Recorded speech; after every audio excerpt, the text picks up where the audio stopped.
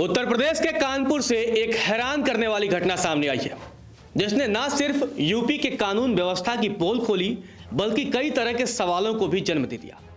दरअसल यहां एक युवक सर्द कोहरे के बीच मुंह ढककर हाथ में चाकू लेकर एसबीआई बैंक को लूटने पहुंचता है।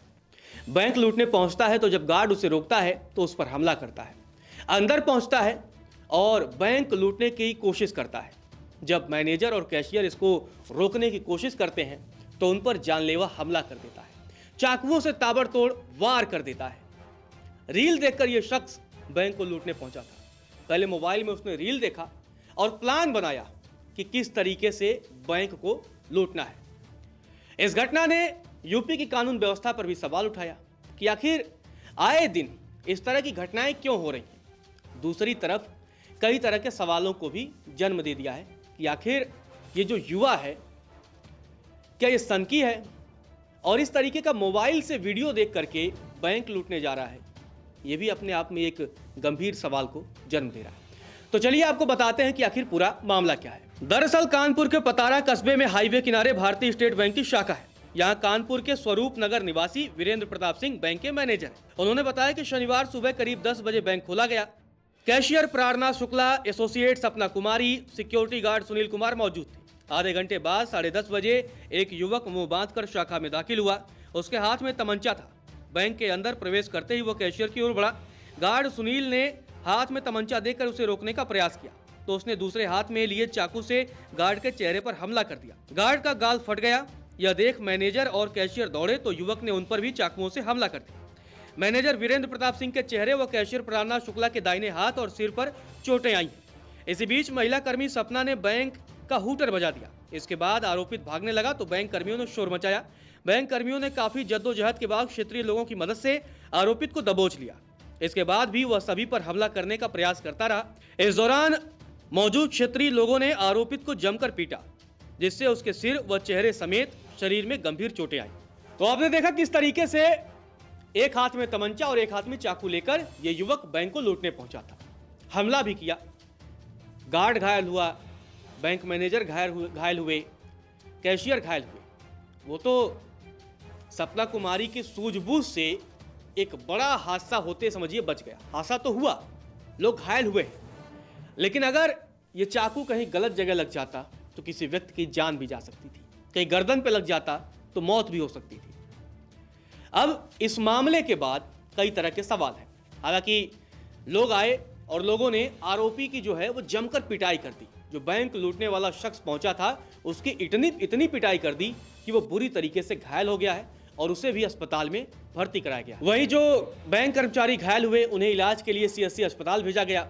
वहीं अब इस पूरे मामले पर पुलिस भी एक्टिव हो गई है, वो छानबीन में जुट गई है। डीसीपी साउथ आशीष श्रीवास्तव ने बताया कि हमलावर युवक को होश आ गया था। वह पतारा ब्लॉक के संचितपुर धर्मपुर का रहने वाला लवीश मिश्रा है और बीएससी तीसरे वर्ष का छात्र है। तो साउथ डीएसपी आशीष श्रीवास्तव ने क्या कुछ कहा है, आप भी सुनिए।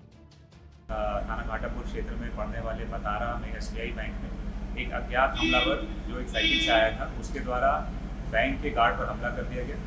बैंक के गार्ड से जब उसकी गुत्थम गुत्ता हो रही थी उस समय बैंक के 2 अन्य कर्मचारियों के द्वारा उसकी मदद के लिए आया गया और अज्ञात हमलावर पर आत्मरक्षात्मक कुछ प्रहार किए गए। इस पूरी लड़ाई में जो अज्ञात हमलावर है वो भी चोटिल हो गया और जो 3 बैंक कर्मी हैं वो चोटिल हो गए। इस सूचना पर तुरंत तत्काल पुलिस मौके पर पहुंची। जब पुलिस मौके पर पहुंची तो अज्ञात हमलावर घोषित हो रखा था और बैंक कर्मी उपस्थित थे। समस्त घायलों को तत्काल प्राथमिक सुरक्षा देने के लिए यहाँ से भेजा गया, सीएससी भेजा गया, जहाँ से जो अज्ञात हमलावर है उसको जिला चिकित्सालय के लिए भेज दिया गया है। जो प्रथम दृष्टया यह समझ में आया है कि हमलावर अज्ञात है और अकेले आया था और साइकिल पर आया था।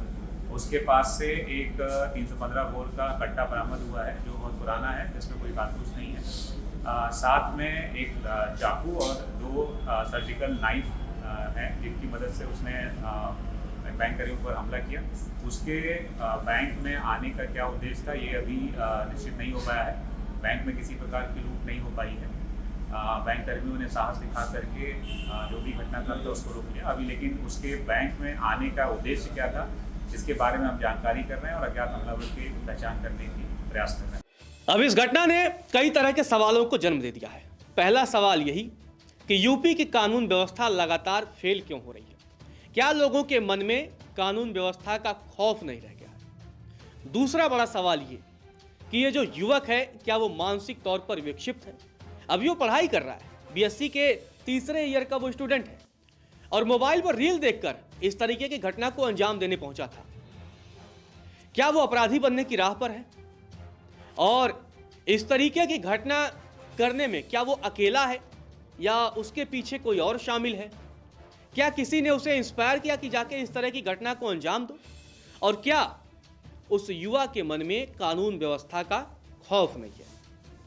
अब पुलिस इन सारे मुद्दों की तलाश में जुट गई है। वो छानबीन कर रही है, परिवार से भी पूछताछ करने की कोशिश की जा रही है, लेकिन अभी तक बहुत ज़्यादा जानकारी सामने नहीं आई है कि क्या ये जो युवा है जो बैंक लूटने पहुंच गया मोबाइल पर रील्स देखकर, क्या वो मानसिक पीड़ित है या फिर जानबूझकर उसने इस तरह के कांड को अंजाम देने का फैसला लिया।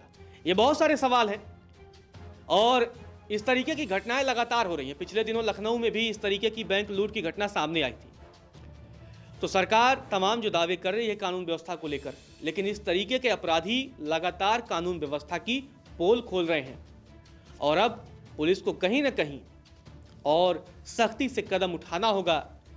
बैंक कर्मियों की सुरक्षा का ध्यान रखना होगा, क्योंकि बैंक कर्मी आते हैं, अपना काम करते हैं और उनकी सुरक्षा बहुत ज़रूरी है।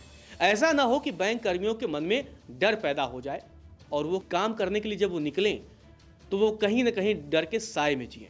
उन्हें भय मुक्त करना होगा। ये जिम्मेदारी पुलिस प्रशासन और सरकार की है। नमस्कार, मैं हूं मानक गुप्ता। अगर आपको हमारा ये वीडियो पसंद आया हो तो इसे लाइक और शेयर जरूर करें और हाँ, हमें सब्सक्राइब और फॉलो करना ना भूलें ताकि आप देश और दुनिया की कोई खबर मिस ना करें। तो जुड़े रहिए हमारे साथ और देखते रहिए News 24।